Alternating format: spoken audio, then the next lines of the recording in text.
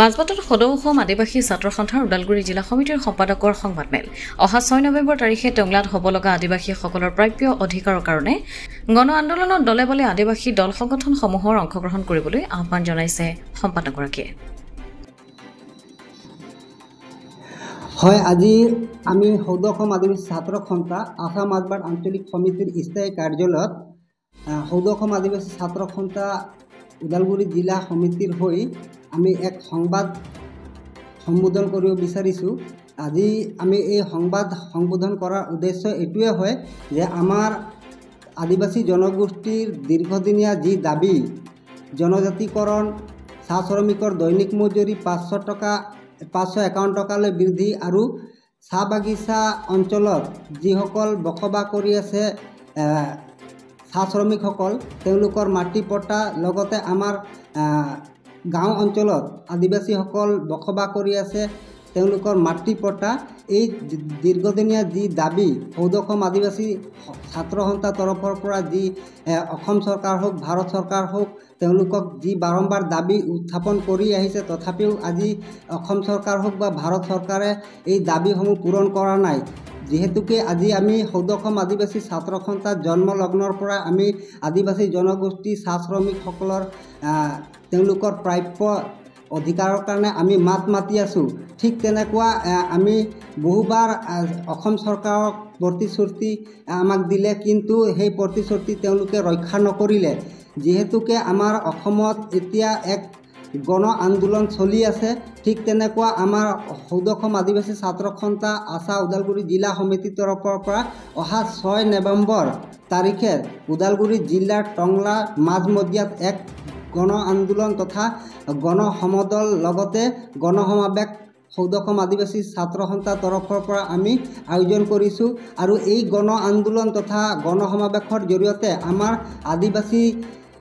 জনগোষ্ঠীৰ যি ন্যায্য প্ৰাপ্য সাংবিধানিক অধিকাৰ সাব্যস্ত কৰাৰ কাৰণে আমি এই আন্দোলনখন অনুষ্ঠিত কৰিছোঁ। আৰু এই আন্দোলনৰ জৰিয়তে আমি অসম চৰকাৰ আৰু ভাৰত চৰকাৰক জনাই দিব বিচাৰিছোঁ যে আমাৰ যি দীৰ্ঘদিনীয়া সমস্যা জনজাতিকৰণ হওক,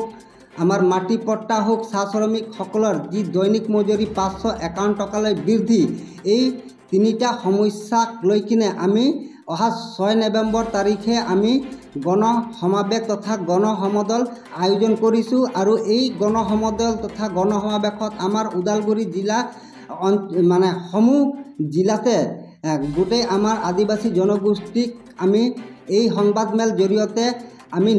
আহ্বান জনাব বিচাৰিছোঁ তেওঁলোকে নিজৰ প্ৰাপ্য অধিকাৰ সাব্যস্ত কৰাৰ কাৰণে তেওঁলোকে 6 নৱেম্বৰ তাৰিখে ওদালগুৰি জিলাৰ টংলাত তেওঁলোকে যাতে উপস্থিত হয় আৰু নিজৰ অধিকাৰ সাব্যস্ত কৰাৰ কাৰণে তেওঁলোকে আগবাঢ়ি আহে। আজি এই সংবাদমেলৰ জৰিয়তে আমি অসম চৰকাৰক পুনৰবাৰ আহ্বান জনাব বিচাৰিছোঁ তেওঁলোকে অহা বিধানসভা নিৰ্বাচন তথা 2025 চনৰ আগতে বিধানসভা নিৰ্বাচনৰ আগতে আমাৰ আদিবাসী জনগোষ্ঠীৰ যি মুখ্য দাবী তিনিটা, এই মুখ্য দাবী অতি সোনকালে তেওঁলোকে পূৰণ কৰক, নহ'লে অহা বিধানসভা 2026 চনৰ যি নিৰ্বাচন আছে এই নিৰ্বাচনত তেওঁলোকৰ এই পৰিচালনা তথা তেওঁলোকে প্ৰলোভন দি আহি থকা তেওঁলোকে ভুক্তভোগী হ'ব লগা হ'ব পাৰে। আজি এই সংবাদমেলৰ জৰিয়তে তেওঁলোকক আমি সকীয়াই দিব বিচাৰিছোঁ। লগতে আমাৰ এই ওদালগুৰি যি টংলাত গণসমাৱেশ হ'বলগীয়া আছে, এই গণসমাৱেশত আমাৰ ওদালগুৰিৰ আমাৰ আদিবাসী ছাত্ৰ সন্থাৰ আঞ্চলিক সমিতি, প্ৰাইমাৰী সমিতি লগতে আচাৰ শুভাকাংক্ষীক লগতে আমাৰ আদিবাসী জনগোষ্ঠীৰ বিভিন্ন জাতি উপজাতি লগতে আমাৰ ওদালগুৰি জিলা অন্তৰ্গত বিভিন্ন চাহ বাগিচা তথা সমূহ চাহ বাগিচাৰ অসম চাহ মজদুৰ সংঘৰ ACMSক আমি আহ্বান জনাব বিচাৰিছোঁ যাতে উক্ত 6 নৱেম্বৰ তাৰিখে যাতে আমাৰ সমূহ চাহ বাগিচা বন্ধ থাকে আৰু এই সমাৱেশত যাতে সমূহ চাহ বাগিচাৰ শ্ৰমিকসকলে যাতে সেই উক্ত গণসমাৱেশত তথা গণ আন্দোলনত তেওঁলোকে আগভাগ লয় বুলি আমি আজিৰ এই সংবাদ মাধ্যমৰ জৰিয়তে আহ্বান জনাইছোঁ। মাজবাটৰ পৰা অমৃত নিউজ 24/7। অমৃত প্ৰবাহ অসমীয়া সাপ্তাহিক কাকতৰ ডিজিটেল সংস্কৰণ অমৃত নিউজ, সত্যৰ সন্ধানত অমৃত নিউজ।